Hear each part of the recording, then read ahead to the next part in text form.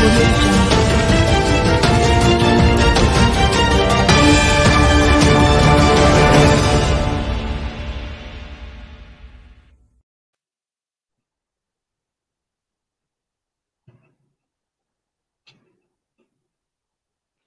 morning. My name is Priscilla Nyenator. I am your host for the conversation on sexual gender-based violence on Focus on Liberia. And the program is start a new day. It is a new day because we are working towards a whole new world of social reform. On this program, we're going to be discussing gender equality or gender justice in our societies, with particular emphasis on Liberia. Um, so our conversations will cover sexual gender-based violence, identifying root causes, and seeking ways to address that and related issues by, harnessing our healthy and generally acceptable traditional values, systems and practices, healthy religious values and practices, as well as practical global values and systems for women and girls' equal rights. We hope that these kind of conversations will contribute to change in mindset and attitude about women and girls' human rights and lead to a shift in our culture of impunity. Hence, a new day on Focus on Liberia. And you are welcome. I invite you to stay with us. This promises to be a very enlightening conversation with Councillor John Gabriel. Councillor Gabriel is our guest for today's conversation. He's the former director for Sex and Sexual Gender-Based Violent Crimes Unit, Minister of Justice, Liberia. Councillor Gabriel is now head of legal team Foundation for Human Rights Defense for USA and Liberia branches. Welcome, Councillor Gabriel. Thank you so much for accepting to come on today. Oh, thank you, my friend and sister Priscilla. It is a great pleasure and an honor to be on this distinguished discourse. I know it's truly true, it promises to be great. Yeah, I think I am excited, and thank you for this invite. Thank you. So viewers, just a little warning.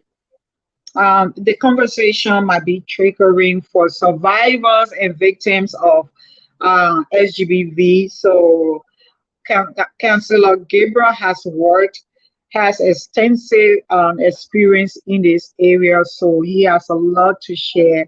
So just be warned that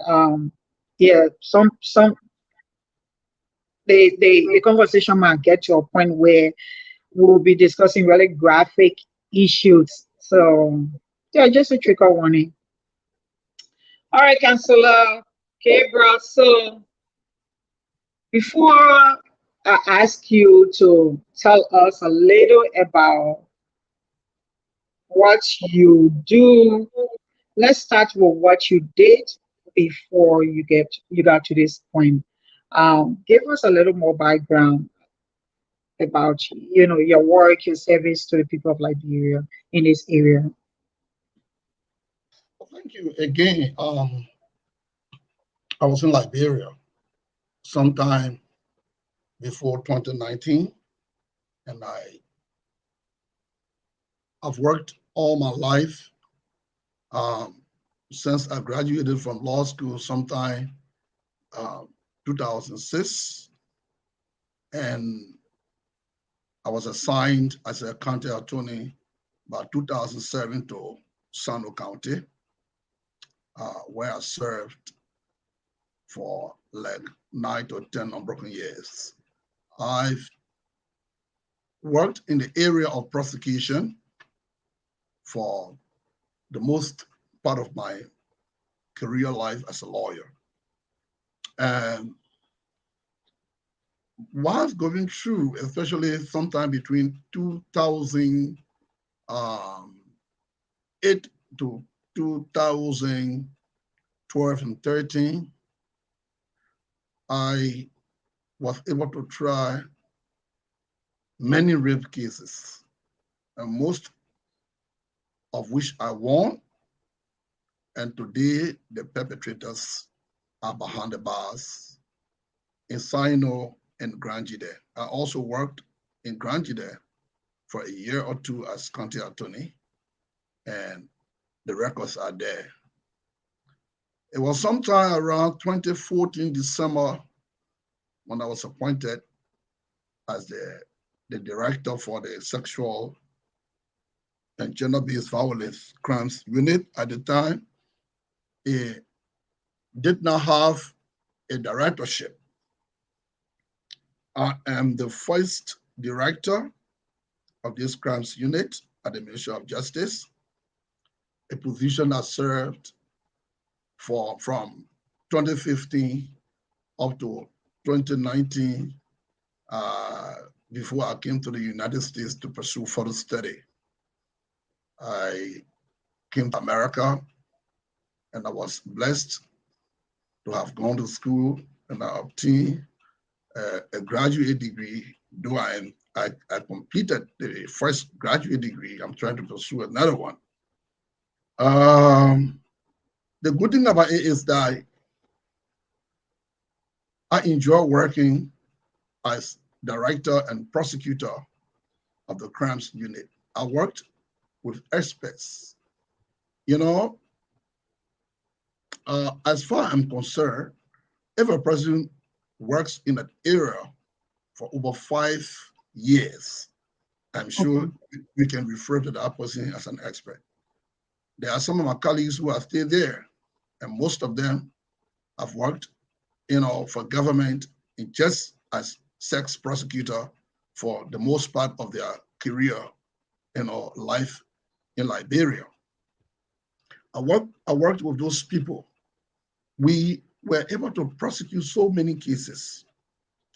And in my mind, we made some achievements. We had some weaknesses. We had some failures. We might have lost few cases. The reasons are there. I will be able to state those reasons emphatically. And we won many of the cases that we took to court. So this is Councillor Gabriel. I just consider myself a women and children's lawyer. I just want to be a lawyer representing the interests of women and children, not only in Liberia, but in every part of the world. That is my passion. I'm so compassionate. I went to Temple University and I decided to pursue my study in trial advocacy. And Temple University is first in line when it comes to offering trial advocacy in the world. So I went to the world's best trial advocacy school. It's in America. And so I've understood the dollars of trial advocacy. And I think much of my energy and strength gathered, I want them to be directed towards prosecuting monsters, pedophiles, and sex maniacs who go about inflicting trauma and injury on innocent women and children. So again, let me not take off the rest of the time we have, a much long journey. So this is Councillor Gabriel. That is what I stand for. And even though right now I am a civil rights lawyer, I am the lead lawyer for the Foundation for Human Rights Defense. This is an institution that tackles human rights violation and corruption in government. We right now are in court in Liberia. As I speak to you, trial is ongoing. In one of our high-profile cases against human rights abuse in Liberia. The trial is taking place in Nima County in the 8th Judicial Circuit. And so I'm excited to be here today. And I know we have many more issues to discuss why we are on this journey. Thank you. Okay. All right. Thank you, Councillor Gabriel. Um, so first of all, thank you for your service, for all the years that you serve our country, and and I share your passion to continue in this area for the rights of women and girls, um, for any vulnerable population. That's I too feel so passionate about serving um, that population. So I think we share that. We have that in common. So we know that in 2020, after a sustained advocacy by the women of Liberia, and then they were joined by other segments of the Liberia population, and they had a 3-day protest. Finally, our government came up in September, and then they said we have a state of emergency. This issue is an issue of that can be considered a state of emergency, which means it's a serious issue. Mhm. So I talked about that before, so I wouldn't want to go deep into it. I just feel that when an issue becomes a state of emergency, like we declare Ebola, and then all hands were on deck, and we declare Corona, and also all hands were on deck, and we see that in other parts of the world. So for me, I may be wrong, but I'm thinking that if this is a state of emergency issue, I don't see much. I don't seem to see much. So again, I may be wrong. But the reason why I don't see that is that we hear the government will say we have competing priorities, and limited resources. But then the limited resources, because when you raise the issue of how can you say you set up a task force and you appoint just one prosecutor, they have backlog of cases, and then in other areas, like we will get to, and I'm sure you will share with us in the rural parts, they're just places that uh, people don't get services. How do we know what is happening to that population? So yeah, the gender ministry is leading this anti-LGBTV interministerial task force that was supposed to be implementing the anti-LGBT violence roadmap. And they set a time period from 2020 to 2022. This roadmap is to address the scourge of rape and other forms of sexual and gender-based violence, as well as combating, they say, existential issues affecting LGBT prevention and response services. They've been having, you know, review, I don't know what it is, review or reporting conferences. So in January last year, they met and they submitted, and then say, oh, when some of us reached out and checked with them, it was like, oh, we just started, gave some time. Okay. Then the Ministry of Gender was said to have reported on the radio that, the cases have declined. And this because of this, according to the State Department report, she got some criticism from women groups. Yet, we're continuing to be told that, the cases are declining. I'm sure the report kind of informed the president's State of Union address, where he kind of made some claims that things were on course and this was working well. Uh, uh, but women and girls continue to cry. We are unprotected. We are unprotected. So I wanted to check with you. You worked in the government and now you're working, with human rights group. What is your perspective about how we should proceed or how you see the process? Does it need review? Do we need to go back to the drawing board? Do you think things are working? Do you think we can make the 2022 deadline that we were supposed to end SGBV? Even though I thought that's so overly ambitious, we can say we can reduce it, but the government claim we could end it, they declare we could end it. Where are we? Do you think we can meet this? We're in the middle of 2022, almost. This is half of 2022. Where do you think we are? I'm sorry, Okay. I just have all of that on you, but I wanted to put it so that you can go for it. Thank you very much, Priscilla. Again, I appreciate your candor to bring up this issue. It's good that we discuss realistically what is unfolding in our country. Again, I'm not a politician. I am a lawyer when it comes to discussing matters of my career. When politics comes, into play with professional matters, I'm afraid that definitely there will be some problems. Uh, you will agree with me that the situation in our country several years back, let me take us up to 2017, 2018,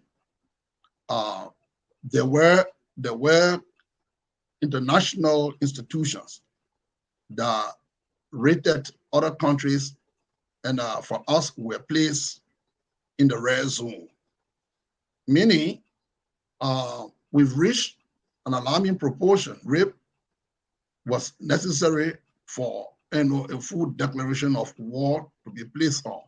So if you talk about a state of emergency, normally a state of emergency is where the legislator or legislature comes out with a decision to give certain instruction to the government, to the president, to either declare war on a particular situation that has the propensity to undermine the survival, peace, and integrity of a nation state.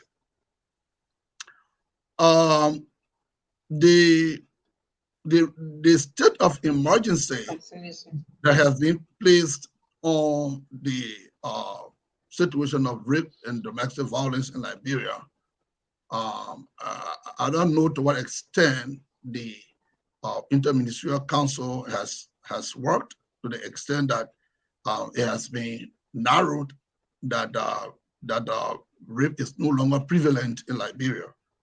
I beg to differ, and let me sharpen my contradiction to that. That of recent times, if you watch the social media and if you follow developments in Liberia, you will realize that there is an avalanche of rape cases in Liberia. I worked in the sector for few years, several years, 5 up to 4 to 5 years. I don't like to say many years. The experience, the little experience I got was that rape is something in Liberia that is not being properly um, tackled by the power that be, and even by many of our actors. As director, former director of the SGBV Crimes Unit at the Ministry of Justice, I led several campaigns on radio. We went to the interior. We went to various radio stations in the interior. We had workshops, we had trainings. I trained the police officers, nurses, doctors, and we were all in the business of trying to expose us to best practice so that we'll be on par with other nations in the world. But because our nation is so, our people, we live in a gullible society. And our people are hurting financially. Most of our people live in desperation and abject poverty and destitution. They take anything, to compromise anything. I must be frank with you. Out of every 10 rape cases that take place in a day's time, only 2 is reported. 2. There are many cases that have been swept under the carpet. You will have the perpetrator who will go to the family of the victim and use impression to convince the family. And because the family too does not understand the implication of what has happened to that child, they will sometimes succumb and sometimes shift what you call blame worthiness and begin to blame the child. I've always told you don't wear short things. I've always told you don't walk around by evening hours. And you were sitting home, that man wouldn't have sexually abused you. You don't sit down. You're talking to a little child who has the right, liberty, and freedom to move around per the acceptance of the parents or guardians. When something happens, they begin to shift blame on the children. If you did that to a person who has been raped, that is the highest degree of cruelty. It's so barbaric, uncivilized. There is no justification for a monster to abuse a woman or a child. Look, sometimes ago in 2000, January 16, 2006, our rape law was not as strong as it is today. In January, before January 16, 2006, our law did not say that a man could be raped. Our law did not say that. There were a lot of limitations. Our law was not very settled on how to tackle certain aspects. Like if we go along, you talk about something called gross sexual imposition, aggravated involuntary sodomy, voluntary sodomy. You talk about corruption of manner. There were different aspects of our law that was just a bit ambiguous to what the measures of tackling rape, was. In January of 2006, the women have succeeded under Madam Ellen Johnson Sirleaf.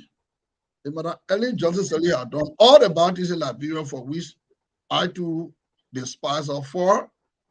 I've always hailed her for her work, especially the legislation, that legislation that passed under her administration in January of 2006. Today, the law is saying, yes, rape, generally, we say the slightest penetration of the bodily part into the vagina or anus of a human being, of a person.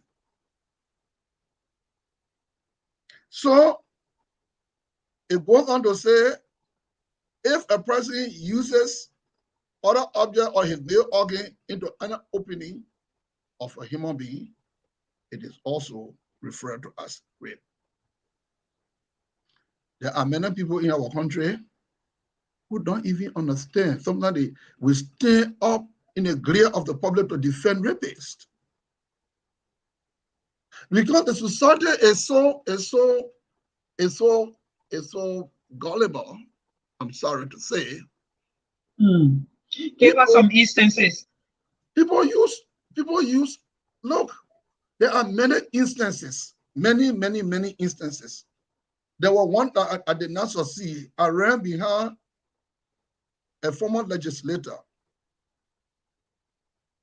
It is alleged that he raped a ward. A ward means somebody who lived under his custody, somebody who lived with him, one of his nieces. And this legislator abused this girl and even had a child by her. He turned around because he was the employer. Can I say employer? Because it was through his office that this driver of his said that it was through his office this driver of his was working. So he was not paying the driver, so he was not directly the employer of the driver. It's the government of Liberia that pays staffs of representatives and senators. Correct. And so, but for fear of losing his job, this driver was able to compromise the interests of his niece, his brother's daughter that he had brought to live with this representative. I tell you, one with Inspector, former Inspector and attorney now, Aliyu Bilili, is now a lawyer. I was the director there, and I saw him in Nima County. He's in Nima County as one of our SGBV prosecutor. If you're listening to me, maybe he will comment later to say, yeah, Councillor Marcel went after the case. We went to Grand Jury on one or two occasions. We pursued the case. We saw the cover up. The Honorable has used cash violence.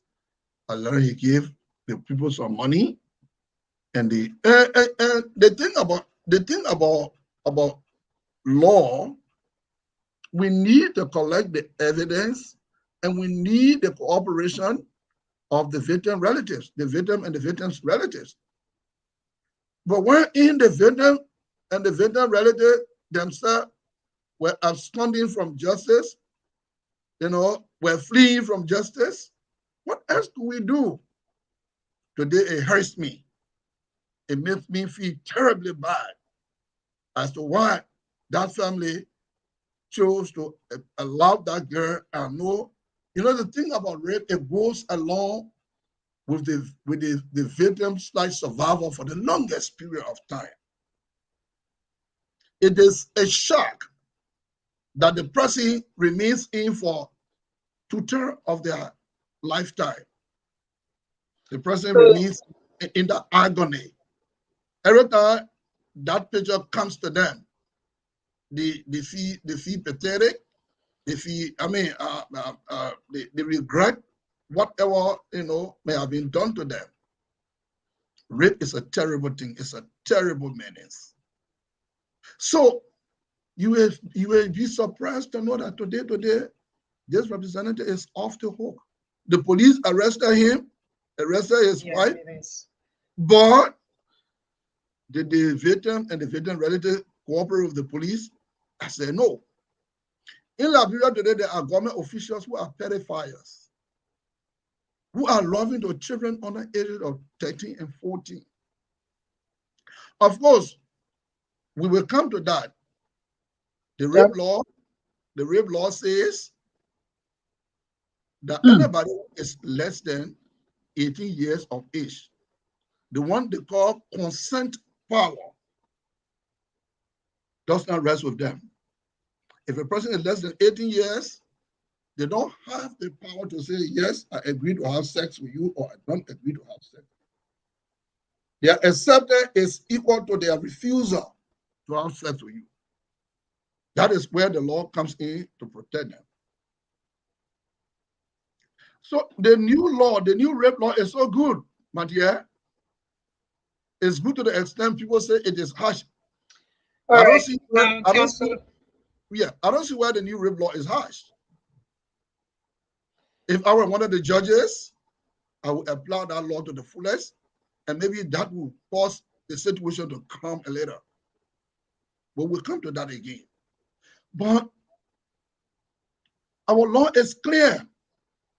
that if a person has sex with a child who is less than 18, and the person who dated the perpetrator or the offender is 18 and above, they have committed a rape called statutory rape.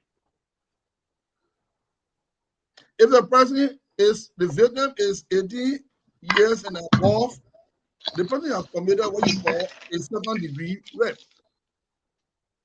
Now, the difference between a second-degree, I will come with the third one. The difference between second-degree rape and first-degree rape is that first-degree rape, the new law, the old law was saying that it is a first-degree felony, of course, punishable for lifetime. But what modification did the new law make? The new law is saying it is not just first-degree felony. It is a capital offense for the purpose of bail. If anybody wants to come to put them on bail, then it will jump to capital offense. It will no longer be what you call first-degree felony. You understand?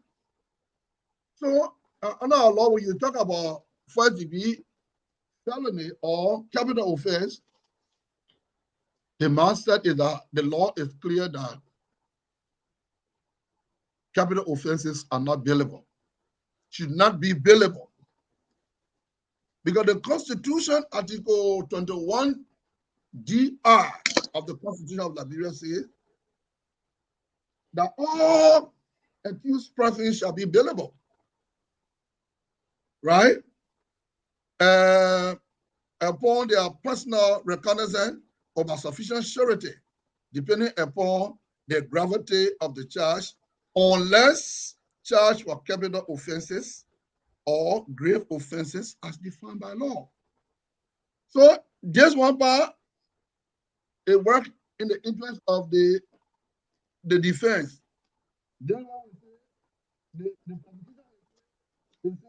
we say here, it is not bailable. The defense got their own from the statute. They will say it is bailable. All crimes are bailable. The Constitution says it. But where we were in prosecution, we said no, the law is clear. There is a paid 4 year, and the paid 4 year says unless the person is charged with capital offense or grave offenses as defined by law. It will not rape to be a grave offense. That is my mindset. Rape is a grave offense. The same Constitution is saying that if it is a grave offense, it should not be bailable. And this is the highest law of the land. So when it comes to the grading, the penalty for rape, general rape, if the woman is 18 years and above, that person is an adult, and if you force them against their will, whether you use intoxicants, whether you use other means to sway them, whether they are in your detention, whether the person is crippled, and other conditionalities that lie in the same category, and you went and force them. For instance, a woman in prison or a woman on sick bed, and you the doctor there, and you want you have sex with a person, that is a rape of the first-degree felony.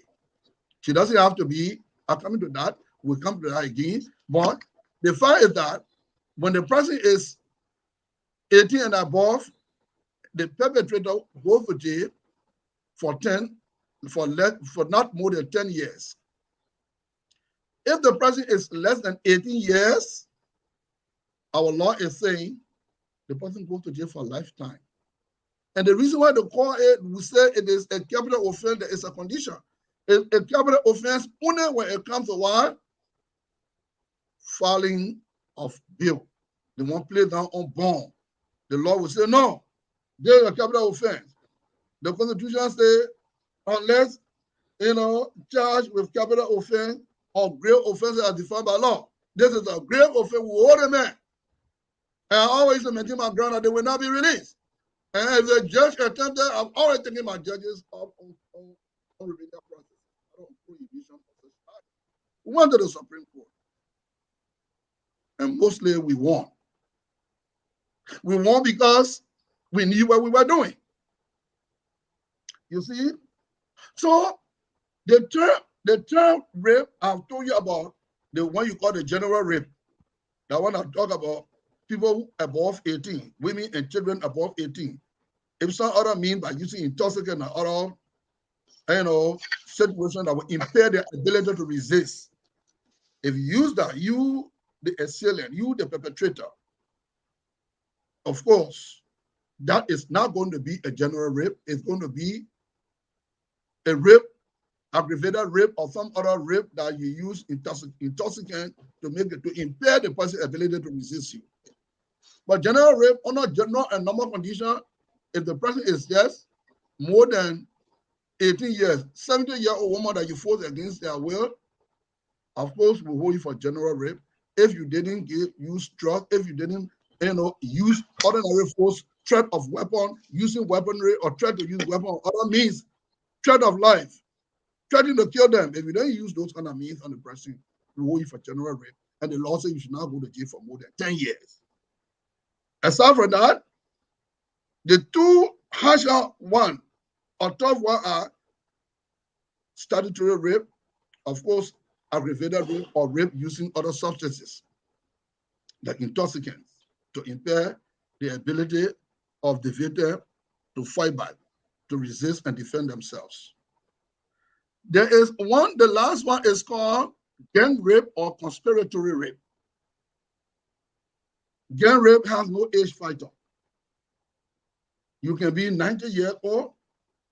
If people rape you through conspiracy, one man is standing at the gate, the other person at the door money, and the other man is in the room operating.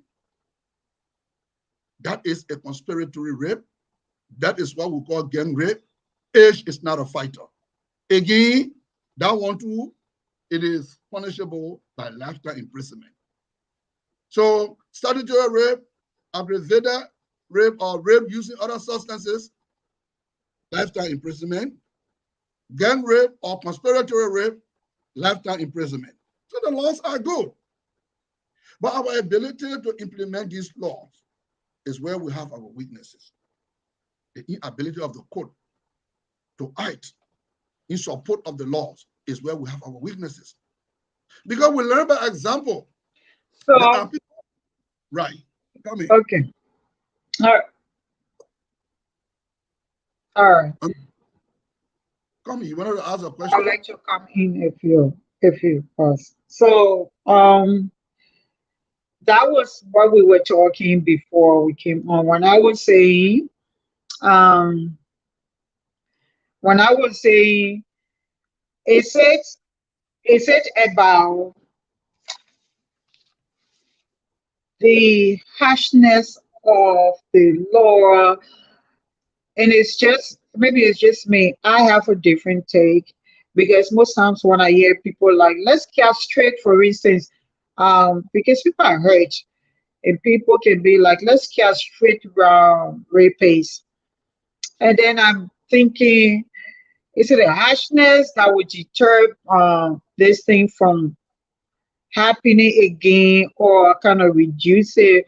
Or is it the consistency? I think it is the consistency. It's our lack of will to, persecute someone whenever it happens. Like the cases that you mentioned, a few of the cases you mentioned about people in power, whether political power or someone has the economic power.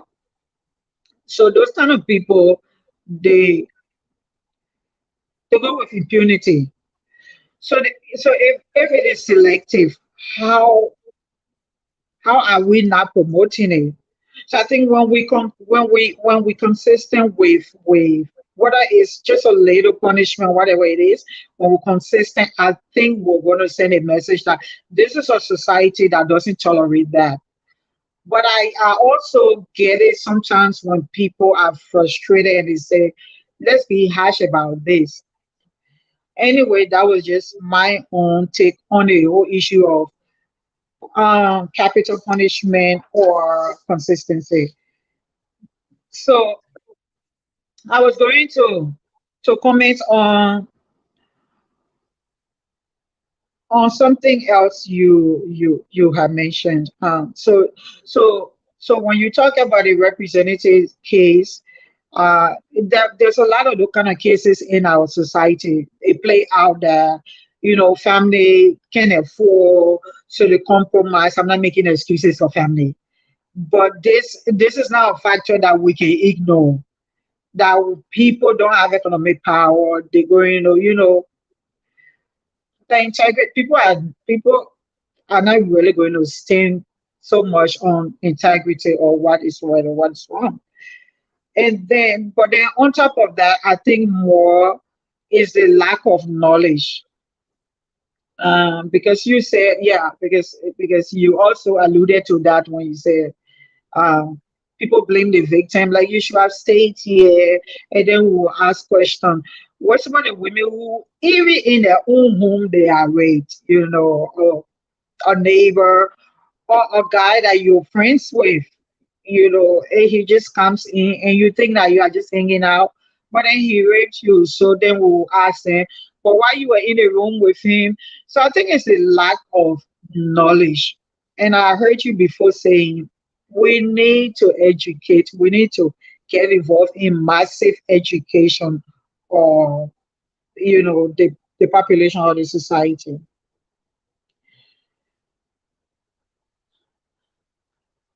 Anyway, before I ask the next question, let's see whether we have questions. And then I was going to ask you about what are some of the reforms that you have proposed, and whether you see when you were working in this area, and whether you see them reflected in our new policies and the implementation of what we claim to be doing now.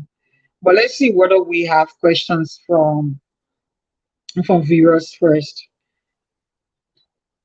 If we don't have questions, and then we'll just move on.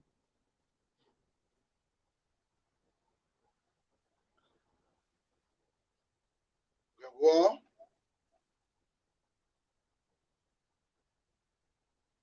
Okay, so I think we don't have questions for now.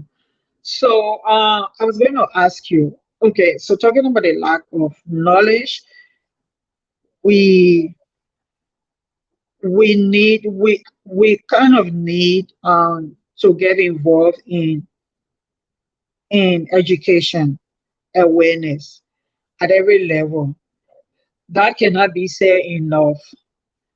I think when people do not understand the rape law, um, it people sometimes it scare people from reporting, because people tell them, or if you report this guy or raping this person, they're going to go to prison for their life, or this is what is going to happen. And then they play on our whole kinship, and we are all one. This is a small country. Think about the family. Um, so we really not, are not informed about the extent to which rape affects a survivor or a victim. Um,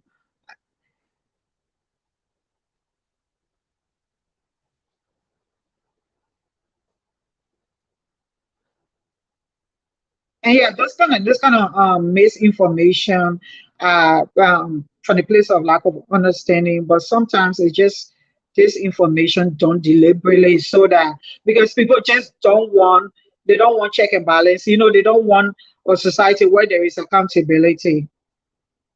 I remember being in a taxi, and then this guy came in a taxi and he said, there were two of them. You know that thing they do in Liberia where they will be like, we got to cover the woman to protect her. And then people will start talking across from each other. So they get in the taxi, they decided to go around the taxi and put me in the middle and sandwich me. So I was like, no, you're getting in a taxi. I said, no, I wasn't opening outside. And then two of them just stood there and said, just leave her. The President Ellen said that nobody can even talk to them now. You will go to jail for life. In fact, when you go in your room, you meet your wife, in bed with another man. Just say hello. When you're finished, let me know. And then you just cook something for her. So I think that sometimes people are just deliberate about how to discuss or engage with these laws and policies. And it so sometimes even victims are not aware how to go about using those laws to help them. What do you Okay. think? Okay. Again, you look at uh, the the literacy rate. The literacy rate of Liberia is something less than 5%. I'm sure if you do a rigorous check now, it'll be something less than 4%. So you're talking about almost 96% of the population being illiterate. The illiteracy rate has got people uh, to not even understand what modern societies are following. We need an institution that will propagate preventive messages across the length and breadth of the country, not just using English and our local English and vernacular languages. For instance, I see you as a crew Sapo Okra. You may have some of your siblings who probably did not go to school. They were not fortunate to have gone to school, but they need the protection of society. They need to know what is wrong and what is right. Even those who are educated in Liberia, most of our so-called educated people have not grappled with the idea of putting the young children and the girls and little boys down in the house and discuss sex with them.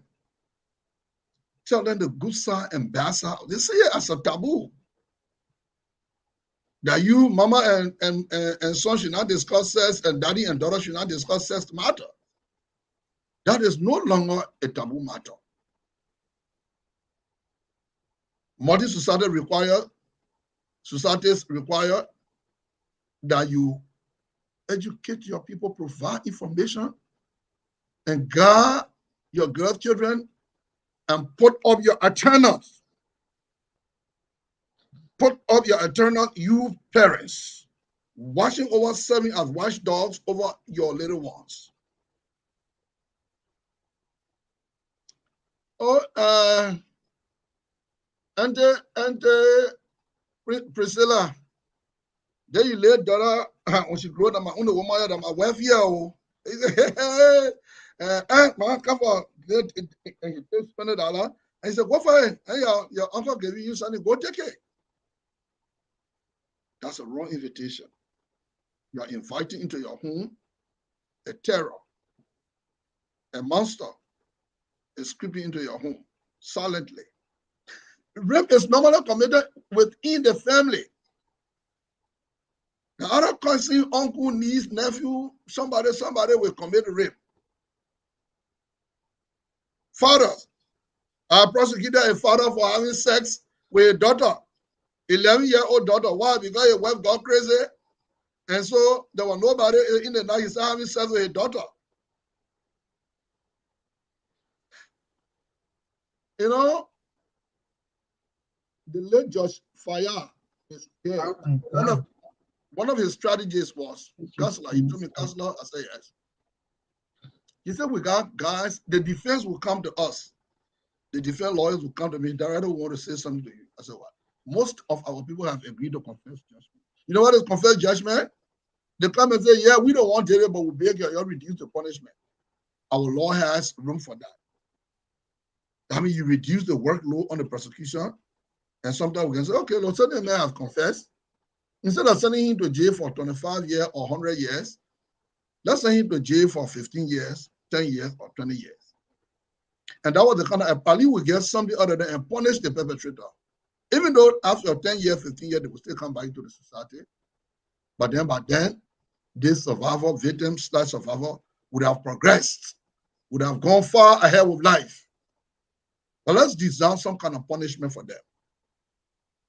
Still trying to honor this quote-unquote mentality that lifetime imprisonment is construed by our common people as being too harsh. And so they will not commit, they will not submit to the law. Too harsh. We need to have more preventive educational messages in every look and corner, in every hamlet and village. They don't read and write. So don't say, maybe you could design, I don't know, we could do a jingle, we could do some jingle. I agree. It would be in the vernacular, local vernacular, you know what I mean? You could do some cartoon, some caricature, and you will send it, and you can just demonstrate the action. It may not be all the way, understand? But some are there in third grade, and in fourth grade, and in fifth grade, in sixth grade, they stop. When you say rape, that bad thing, in our local language in Liberia, they will know that rape will put you in jail. So if you know that you are dealing with a society that is not educated, you need to bring your language down and increase your momentum. I was telling my colleagues the other day when we were at the other show, I would just return from bombing, we're in Maggie. I said, what are you talking about? So no rape is occurring in Bokon today, in CVS, in Cllr, in Vahum. What about behind Kepabas? No rape occurring in those places. We must be able to extend our tentacles and provide more messages to educate our people against the commission, against perpetration of such crimes. It's a bad thing. It's terrible. You know? Councillor, do not forget to answer my question about some of the reforms you propose, and then whether you see them now. Well, whilst we were working actively with government, those are some of our proposals, some of our suggestions. We said the only way that this thing called rape is not just the prosecutorial aspect. It's not just prosecution. But what about those who are compromising it? They need to be told. They need to understand that when the child has not reached the biological age of having sex, and you want to have sex with them, the doctors and other medical people say the child body is fully developed at age 18. Even in America here, you see that there is, I live in Ohio, the statutory age of consent in Ohio is 16. There are many countries, up to like almost 9 to 10 countries that have 18, as including California, Louisiana, and I'm sure Utah and other states are the ones that are having 18 as their statutory age for rape. We also in Liberia took our own to 18. So 18 years now is the statutory rape, is the age of majority in Liberia. Someone can try to juxtapose the age of majority with domestic relations. I said, well, I don't know whether that is in conflict. Because so that is you. Domestic so law. That is you addressing. So that is you addressing child sexual abuse. Right. Okay, but one thing that is becoming common or that has become common and that I'm trying, in as much as I know the child sexual abuse is a serious issue, uh, but I want not to be a part of, taking, taking away from women, whether girls above 18 or women, because it seems like we are creating an entire population of people who they are victims of this same crime, but our society has become so desensitized about the struggle and what affects them, and we're only becoming outraged and concerned because it has to do with people below the age of 18. Why are we as society at this point now where the rape of adult woman or girl is not an issue? So I want us to um address that. What Let me is come. being done when you say the government is not doing much? What do you think should be done so that the women and girls of Liberia can feel protected? Because the campaign is still going on, we are not protected. I agree. I agree with you 100% that the women and children. The reason why I don't like to say women and girls, because the 2006 law say now both women and children, male, can as well be raped. So normally I will always say women and children. Okay? And the reason is clear. Uh, in most cases, women, adult women, wouldn't want to report rape cases for many reasons. They are afraid of the stigmatization process. They feel that it undermines their, their domestic relation, especially with their husband, and many other fighters. Yeah, Our because inside, our society blame them. right, society blame them. Society, this So is why that's why we're supposed to be doing the education. They will be education part of it that rape is provide, rape and it's wrong right, for anyone. right. It's not if the woman is not about what she want to do there. And I told her not to go to club, and I told her not to go to walk about. She went there, and the man went I don't want that woman anymore. The reason is because for fear of those factors, stigmatization, crisis in the home, and fear of losing relationship. Most are now. There was a 69-year-old woman in 20 in 2016 reported to my office along with her daughter that she was raped. And the police went through the investigation. In fact, it was so glaring that this old woman was being raped when the daughter came from work, knocked the door and entered and made this perpetrator abusing her mother. And so they all cried about it. And we decided to indict this young boy. This guy was around 33, 34, and this woman is around 68, 69. When push came to shove, guess what happened? The people came to me and said, Counselor, I said, yes. You know what, my son, I'm able to go to sit down in our place. People be looking at, oh, woman like me and be talking about rape business. I am unable. And her daughter, everybody came. I said, well, if that is the case, you're fine and formal withdrawal. And they had to come to withdraw their own case, even though technically, when you bring the complaint, the matter is now directly before the government of Liberia.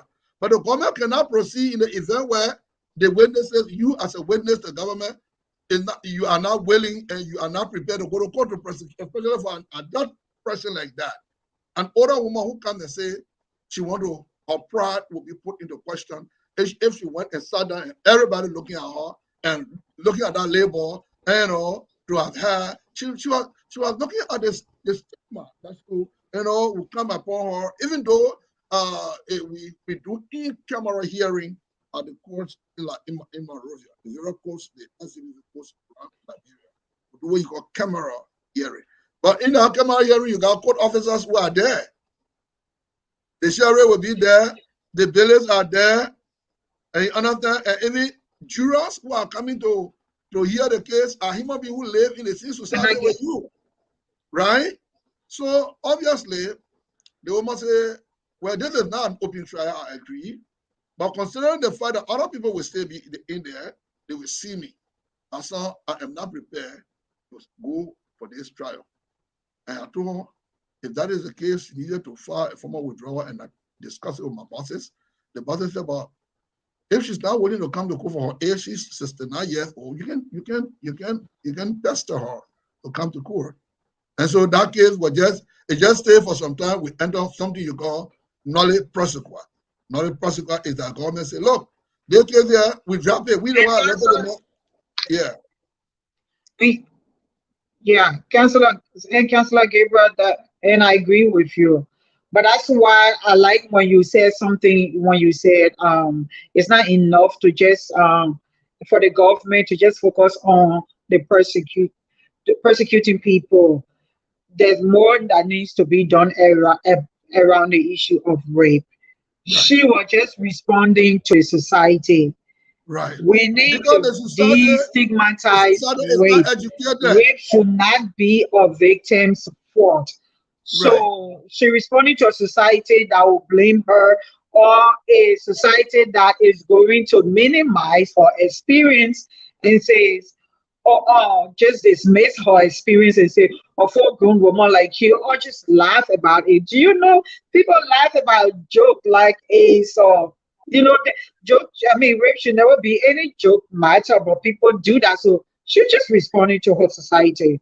So I'm glad that we're having this conversation. That's what part of the reasons why I'm saying we need to have a new day, so that we are not part of creating an entire population of silent victims or silent survivors, which is made of women, women who suffer this crime, but they can't speak up because society like, oh, it's no big deal. She knew him, or woman like her, she will be raped, or she went to the bar like you said, or she went so she responded to the society. That's what we need to do the education in a way that we're telling our society that rape is a crime and it's never a victim's fault. It doesn't matter the age or whatever. Right. And you started with that when you were laying your premise that it's never a victim's fault. Right. The person who decides to rape is the monster in this whole thing. Right. The person who decides to rape, truly true, is a monster. Oh, because our people are not educated to the consequences of rape. They don't know how much trauma a victim carries. They don't know how much a person is stressed after they've been raped by another person. Leave out carrying diseases or the rest of it. But the trauma that goes along with that person being abused by somebody, that did not give consent to, forget about age. That is a horrible thing that goes with the person for the rest of their life. The person remain in that state. State of abuse for a protracted period, for a longer period of their entire life. So to even go this is the worst cruelty to a human being for a person who has been victimized or who is a survivor to go and then try to shame the person or create a reminder of the person of situation. And that this woman said she was raped the other time. You are just here lying on the men. If you did that, you are slowly killing the person. That is a real poison. And like I said, the antidote, the medication, two things we can do as Liberians. We need to step up. So we have a few questions from the viewers. After you pause, we'll go through the questions. Right. Let me just end. we have a situation wherein that our people, the two things that we really need to do is that we need to step out our prosecutorial strategy. We need to step out the way we handle rape cases in Liberia. We need to educate and train nurses and police officers. And we need to talk to victim relatives, meaning people who got children, women and themselves and children need to be talked to. Police officers themselves, nurses themselves are in the business of playing with rape cases. There are police officers who will do the wrong thing willfully and maliciously just to compromise a certain rape. When the report comes to the prosecutor, I mean, he's like flabbergasted. He's surprised. He doesn't know how can the police have reached that level, even though he may send it back. But it kind of like undermine the strength of the prosecutor. And if the police officer did not do due diligence to the case, if the nurse were not saw, for instance, a removed hymen, and the nurse did not give a proper description of what she has observed. Again, we need to improve our medical sectors. I've always talked about having a very decent DNA machine in Liberia, a DNA machine that will help to back prosecution. That when we go, that will not be much of a headache. We just do sample, take blood specimen, semen specimen, put it in the machine, do vaginal swab, do anal swab, take it to the machine. The machine is able to confirm. That is a professional and technical medical evidence that is very corporeal in the trial of rape matter. It becomes a tangible, compelling, and overwhelming evidence that helps the person. It makes the case easier. So government needs to prioritize the bringing in of a DNA machine that will help us. Government needs to prioritize introducing new campaign messages, preventive messages that will campaign in terms of campaigning against rape. If you declare war on rape, you must not only prosecute, you must be able to introduce techniques that will cause people to not be raped again, that will reduce or minimize the commission of the crime in the society. What are we doing about that? There is little that being done in Bokonjide, in the Leeward counties, in the villages, in the hamlets, in the little towns and things. Little is being done about those things. We want the government of Liberia to further say, hey, to show you that we are confident and we are sincere about fighting rape, we have declared war. And we got 2 DNA machines. We put in one in JFK, we put in one in Tabeda Hospital.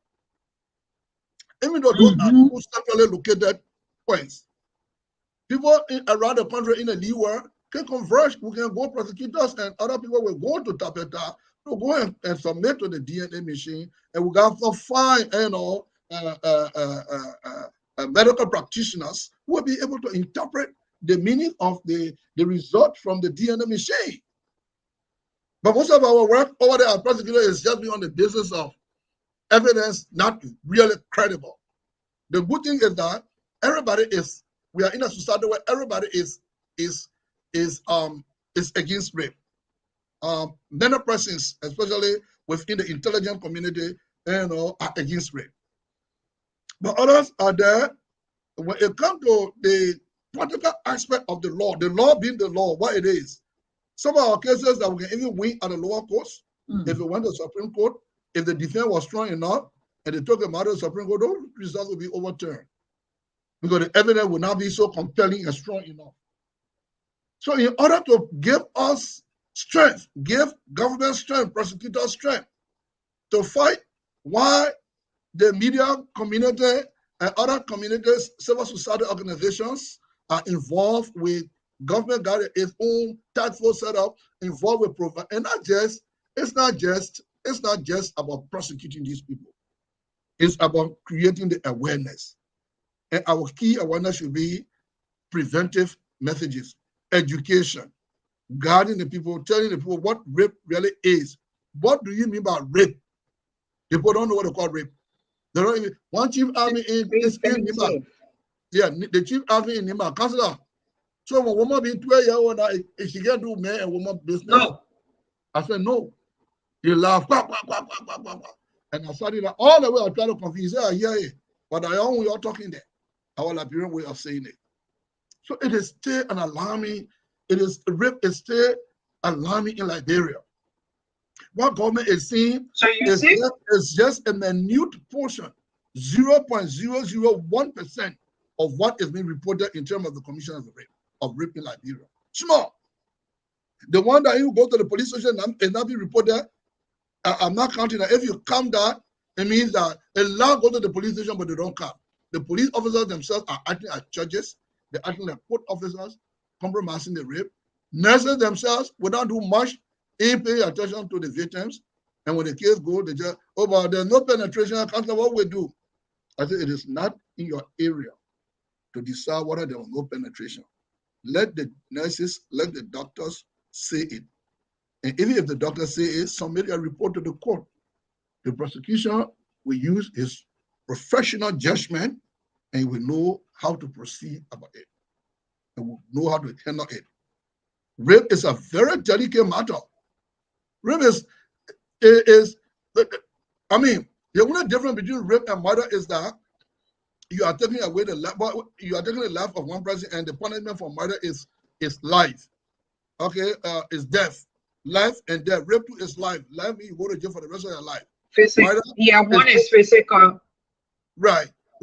So technically, rape and murder are two, even though murder is a capital offense, you understand what I mean? But rape is so alarming. I've always told people, if you rape a woman, you kill her 7 times. You kill that woman 7 times. You know? Our boy are not educated, my sister. Many times, like I always tell people, that's what it is. A child who is less than it's actually it's killing, yeah. But it just done insidiously. Right. Yeah. Right. So let me pause there and take a few questions because time is of the essence. I will pause there and take a few questions if you don't mind. Anyway, someone had a question. Okay. Yeah, sure.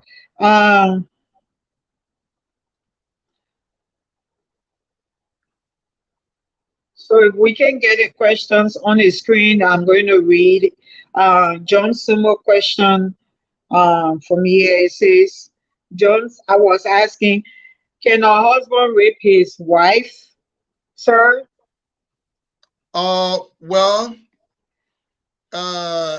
our law has not reached that far yet in Liberia. Our law has not reached that far where you got husband raping their wives. You got domestic violence. Of course, we have domestic, rape, but our law has not reached that far where a husband can rape his wife because there is a contract between the husband and the wife that they should have sex together. In the event where the woman refuses to have sex with the man, it should just come under domestic violence. But with that, we have not reached the level where we say marital rape, is of any issue. We have not tried anything like that. We have not had one example. We have not reached that level in Liberia yet. I don't know. There is no law on marital rape yet. I hope we get there someday. But yes, in other countries, yes, you do rape your wife. If you were having sex with your wife and you went the first time, the second time, you say, honey, stop. That should be a point automatically to stop. Any moment after the stoppage is a violation, it's a crime. Because she told you stop, right? That means her willingness, her acquiescence, her consent has stopped. She's told you to stop. She didn't want you penetrating her any longer. So in other countries, in advanced and the other developed world, yes, you have marital rape. Men can rape their wives can rape their husband. And what you want to know how wife can rape the husband?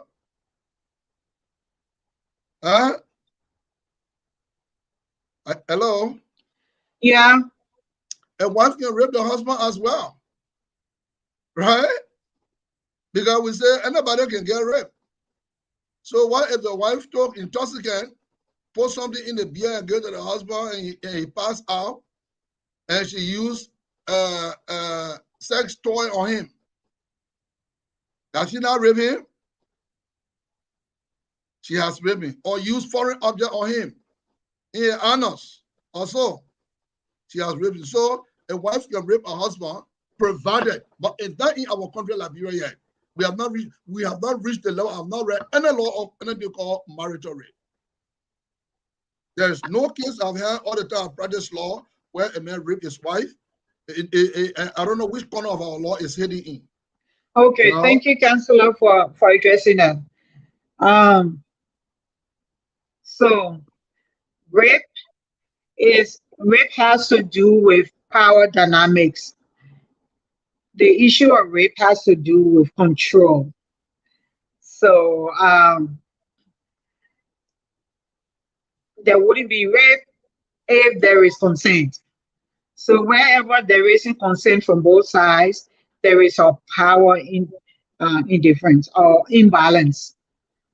So usually in those instances is used as a weapon of control or abuse in war that is done, and in domestic violence that is done. As a domestic violence advocate, I dealt with many cases where you know, especially the males, because he's built strongly and they use it if this woman is threatening to leave the relationship or the marriage. So there are cases that I've dealt with where he will seize her contraceptive, or if she's not using birth control, her cycle so well. So that is the instance where that she can easily get pregnant, and then he forces her and sleep with her. So it's really an issue of control. And most times it disproportionately affects girls and women. So we do know that men or boys get raped, but when it comes to in marital rape, yes, there is marital rape. Right? It's just like we were asking, put in place the law. But when it comes to marital rape, most times it's really done against women, and it's just for control, so that she doesn't leave the relationship, or so that he ties her down with unplanned pregnancy or parenthood. So yeah, so that happens. Right. Anyway, you have mentioned, so we have a few more minutes to go. You have mentioned that you are in court with the government. Do you want to tell us a little about what kind of cases, or why are you in court with the government right now? I mean, if there is not something you want to go into, that's fine. As a lawyer, when the case is already before the court, they say it is sub judice, meaning you are not to discuss it any longer, because jurors could be listening to us. There could be potential jurors, other people who might be participating in this case, looking at this show today. So it is unethical to discuss a case that is already before the court, before the judge for hearing. I cannot go into that unless rulings are had. Then before, but true, we are in court with the government of Liberia, and we intend to file many of these kind of cases, especially for mysterious deaths, corruption, human rights violation, and the rest of it. So we are going to sue government. We are prepared to work with other institutions to ensure that wrongs in government will be brought, will be red flag, will be brought to book. We are cataloging important cases of corruption that will move on after 2023.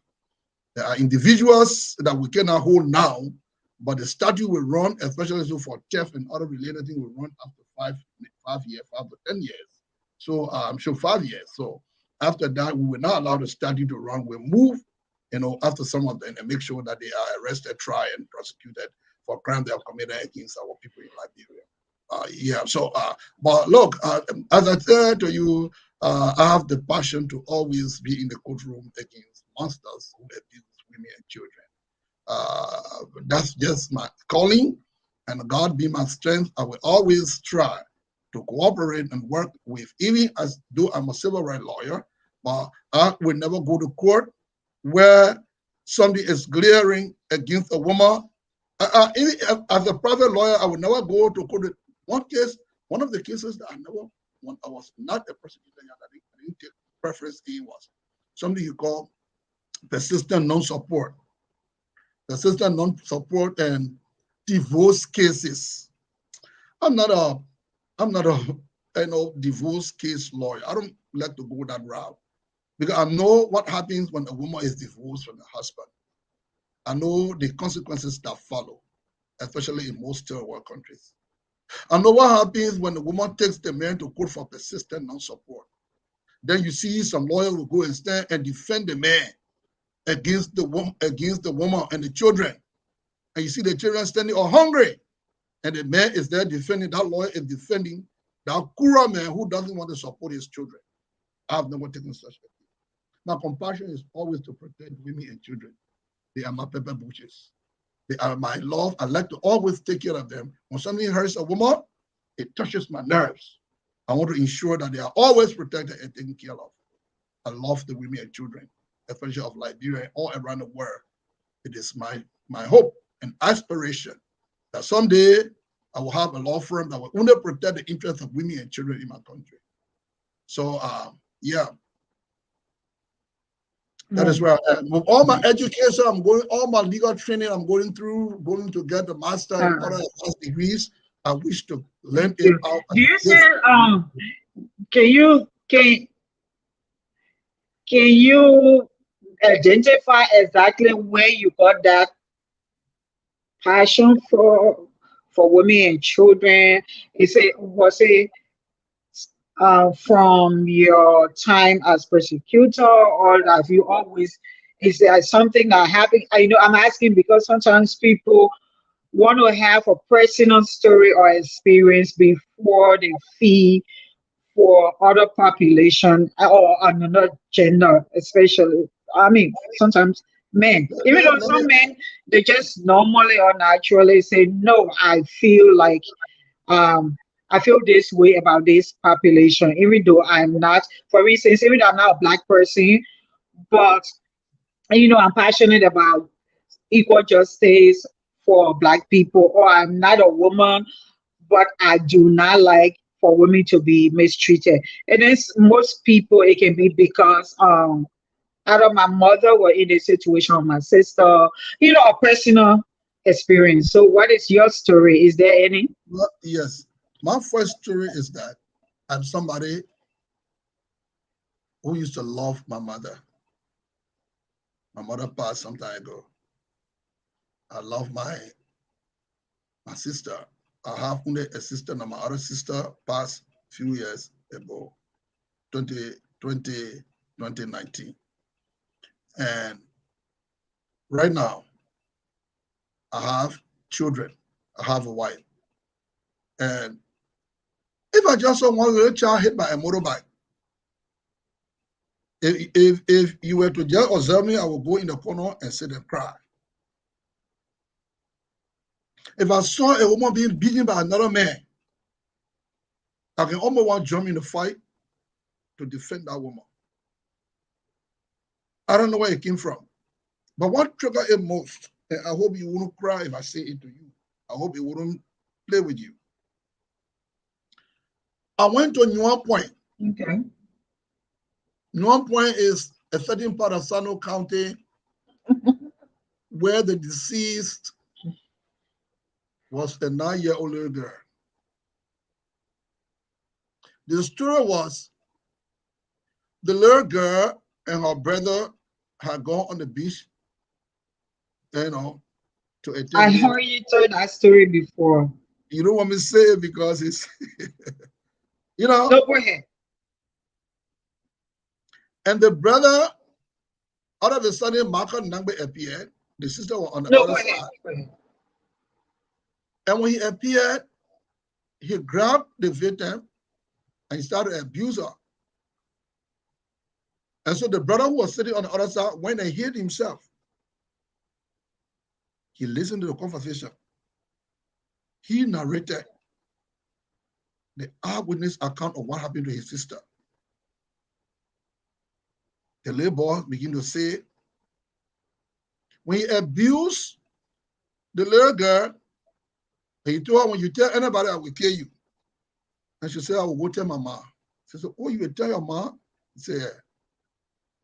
He chopped her on the back. She felt and screamed. Then he lifted the Cllr up and attempted to chop her for the second time. And she attempted blocking her face. When you said that, when she said yes, he chopped out the whole head. It fell to the ground. She started bleeding. And when he asked her, will you still tell your mom? And the girl still said yes. He sat down and he turned her around in the face. There were multiple wounds. He chopped the head, chopped the face more than 50 times with a very sharp machete. He cut her bodily part into pieces and oh no. I went and I saw that. Every time I say it, I see a reflection. I see a reflection. I see it again. I see the same old thing I saw on that day. I went to trial. I asked Marco. He said, I don't want to kill the girl. Did you do something to her? Yeah. And we didn't even have, we produced our witnesses because our military him for murder, because murder is of greater offense. It's capital. All by itself. So we went to the mother, asked her, he agreed that he didn't want to kill the girl.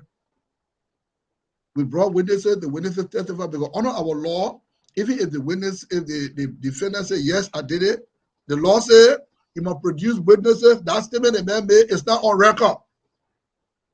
It's thrown out of court. You, the prosecution, the onus is on you to produce evidence to convict him. We brought witnesses and we brought pictures. And the defense was just bemused. And so we went and we make sure, and I told the court, we prayed the court to convict him for lifetime imprisonment. And it was not even sufficient. My colleague, he said, no, we are asking the court for this man to be sentenced to death. I said, well, because, even though we still have, death sentence on our book, but it is not easily implemented because we have ratified protocols that say that we should no longer implement death sentence in Liberia. So Marcus Nangwe was carried to Grand Chile Rehabilitation Center, and he's at a correction palace. That is what triggered my love to always protect women and children, because they normally fall prey to wicked men.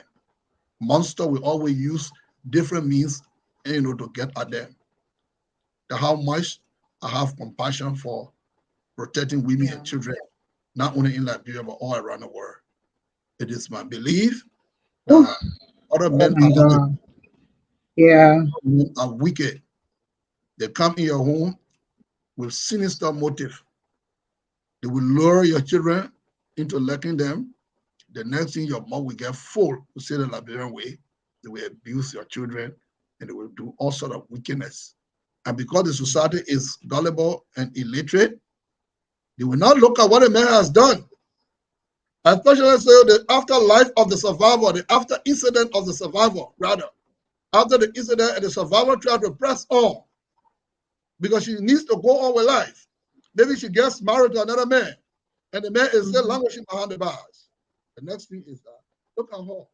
She just lie on that man saying, ain't she finished getting married? Because now the woman got married.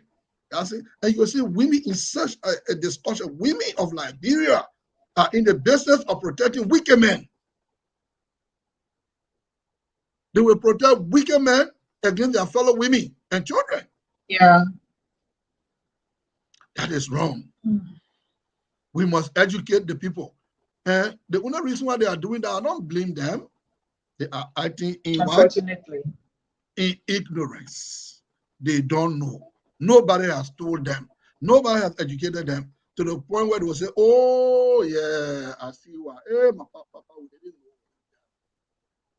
They will definitely read that statement.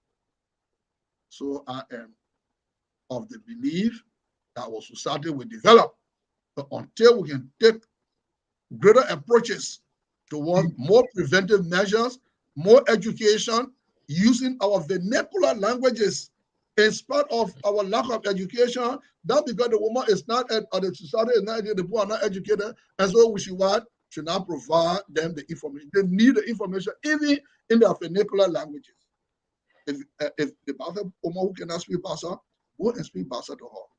The crew woman who does not speak crew, take it to the crew people, the crew vernacular announcer.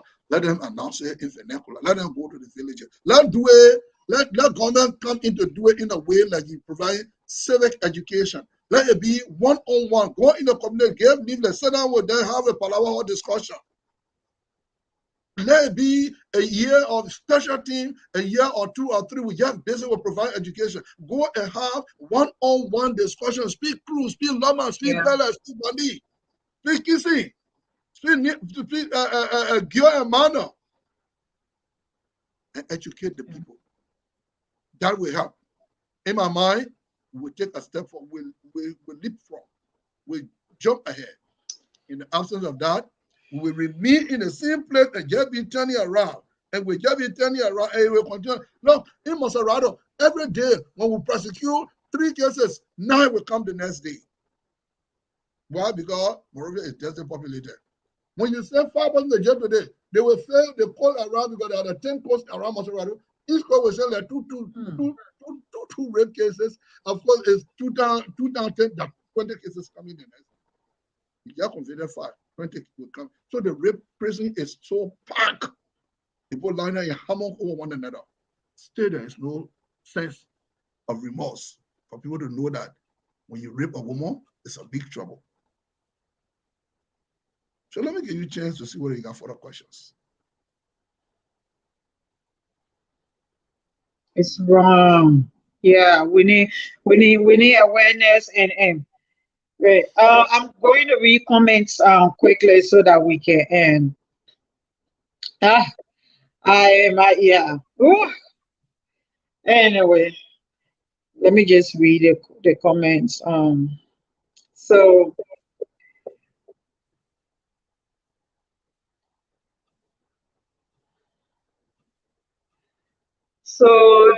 Theophilus Power says, greetings to my former history teacher at Nathan E. Gibson Memorial Academy.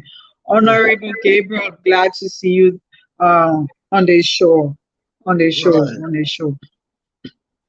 Dennis says, Dennis Jack, when a crime is committed and reported, it shouldn't be left with the complainant. I disagree that you should advise the withdrawer. And John Sumo says, is rape really a normal act? We already talked about that. It isn't. If yes, why should people rape babies as low as 3 years? Um, and then John Sumo said, thanks so much for the education on SGBV. Thank you, John, for staying with us. And Patricia Witherspoon has said, no is no. I think she's talking about consent. Yeah, thank you, Patricia. Um, Jerry, so John Simba said, what spoken of this issue, sir? Rape is a serious problem here in Liberia. It is, I agree. Um, Jerry said beautiful when we started. I don't know what is beautiful, whether it's rape that is beautiful or one of us is. Or I'm sure maybe you are. the I topic mean, that we having is beautiful. But yeah, thank you for staying with us. Did you want to say something to those comments, or do you want to just yeah, give I your just, I closing just want to, comment? I just want to say to Dennis that I totally agree with him that the withdrawal of the rape case, especially with the 69-year-old woman, have been left, with the complainant. I did not say that it left. I said when she came in, and I told her that because she was not willing to press charges against this boy, because she said she would be stigmatized if she went to court. I said, I told her she needed to do something formally, and when she sent it, I discussed it with the other lawyers, discussed it with my bosses, Yeah. and we all agreed. And even went to the judge. I discussed it with the judge. The judge said, "But what if you came to court counselor and the woman said she's not coming to testify? Will you because she has to be." That is the reason why we lost. In other words, that is the reason we could not arrest Mariah Welly. The police, Mariah Welly were all around. Oh, sorry, I had to call his name, but I will call his name because he remained an accused person. We don't know when if people will decide to come out. But Honorable Mariah Welly was the person I was referring to. The police arrested him, but we could not press why because because there was a former minister of health, former assistant minister of health. An 11-year-old girl was living with him. He was then assistant minister of the Ministry of Health. I indicted him, and when we started the case, I don't know what went on.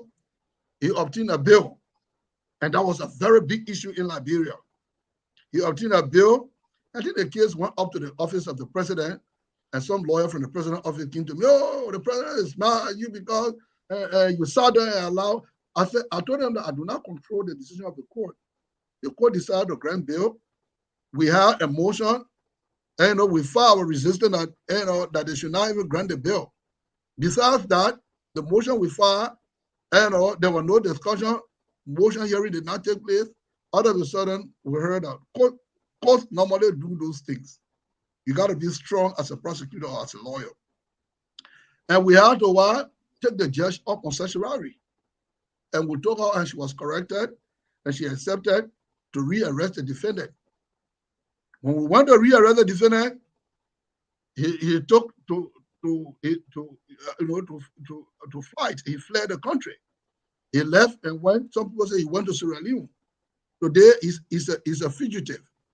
He's a fugitive because he fled justice. He was indicted. And up to now, I don't know whether he ever been arrested. Some people say he has surfaced in America here. But one day, you'll be homesick. You want to go back to Liberia. When he gets there, unless we are dead, or when we are alive, we ensure that he's brought to book and he'll come to answer to the court why he had to assault a little girl and later on get a bill. When asked him to come back, the bond was set aside and he fled from the country. We got cases like that. I can tell you about 200 cases that we tried. You will not have the time to allow us to discuss the flaws in some of the cases. Some of the confusion we made with judges when they try to release some of these people. Some of the cases were politically motivated. When you're sitting as director of the LGBT office, there are politically motivated cases that you will see. That is, this person in government say, the president say, the vice president say, the senator say, this say, and that say. And the next year that they were threatening your job. If a man doesn't do it, we're removing. You're removing from there. There are many reasons why people lose jobs in Liberia. Some because you want to be a pragmatic person, you want to be earnest, and you want to be a person of integrity, they go against you and fight you. I saw all those little nuances, those little things. I said, well, it's better that I go for further study. And I enjoy being out of Liberia and studying and preparing myself for the challenges ahead. It is good that we are here, Priscilla, and that someday we'll go back home and we'll take the bull by the horn. We are rest assured that we remain strong and steadfast with join the prosecution, the government of Liberia, in prosecuting people who continue to commit rape. We add our voices to the voices of those preventive messengers, those messengers that will go to give preventive messages to educate our people. More on one, Palawa hot talk. Go in the community, call the chief, let you call the boy, from quarter to quarter, this quarter today, that quarter, there are 4 quarters in the community, have quarter meeting, let the town crier announce to the town that nobody goes to the farm. Anybody who goes to the farm will pay 500 as a farm. Important guest is in town to talk to us. We'll see what's happening, we will get somewhere. Thank you. Thank you so much, Councillor Gabriel. Thank you for, the free education you provided during this conversation. Yes, like you said, we will get there. At one point in time, it can be frustrating. You went on to say, this is the fight we're in. If we do not change course, if we do not make certain shifts and changes, we're going to remain where we are. But then at the end of the day, you can sound, optimistic and say, we will get there. So every time you mention, I can be like, yes, that's what a new day is about. There is a new day, on the horizon. We're hoping, we're having these conversations, we're working. People who can pray are praying. People who can protest are protesting. People who can write are writing. Will continue to engage, stay engaged, working towards a new world of social reform, especially in the Liberian society. Um, we need to recheck our mindset on women and girls. You cannot say, can you imagine you take your time and explain to a guy, yeah, a 12-year-old is not sexually ready yet. They say, you're talking. We really, really, really, really need to work towards shift in our mindset when it comes to women and girls. And the vulnerable in our community, in our society. So thank you, thank you, thank you. I look forward to having another section of this conversation with you, where we're going to be talking about victims or survivors, how to treat them after these things happen to them, whether domestic violence survivors or rape survivors. So I hope you will accept our invitation for the future. And how to protect the confidentiality of victims. Today, that is one of the key things happening. Victims' confidentiality is seriously violated. Great. Every day on the social media, you see victim confidentiality being violated. That's why I would need you to please come back on and give us the legal aspect or implication or perspective, and then we're also going to have someone else who will give us the ethical perspective about those kind of engagement or practices. Even though we may have we may have, I don't know how to say, what we want to do good. We want to, sometimes some of us tell ourselves we want to provide visibility to help the victim in this situation. But how we go about it, we're going to be discussing that in a way that is going to help the victim or the survivor and not cause more harm. We hope to have you back so we can talk about those issues. But thank you for staying with us today, and thank you, viewers, for your time with us.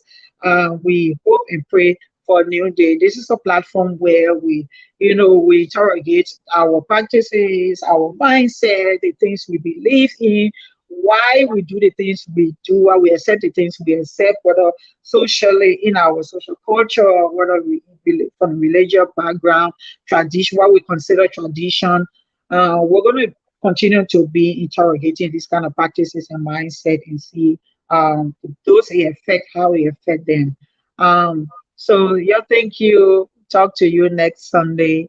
Focus on Liberia. It's been really, really a pleasure and an informative time with you, Councillor Gabriel.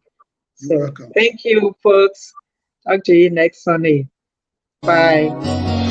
Lord, you said in your word, I should forget, the former things.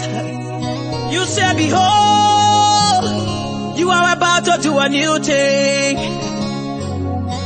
You said you will do something new in my life.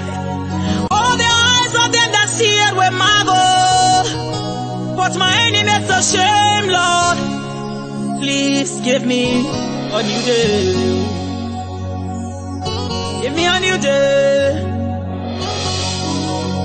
gave me a new day. I don't want yesterday. All I want is a new day. Yesterday broke my heart. Yesterday brought me peace and frustration. I don't want yesterday. All that I want is a new day.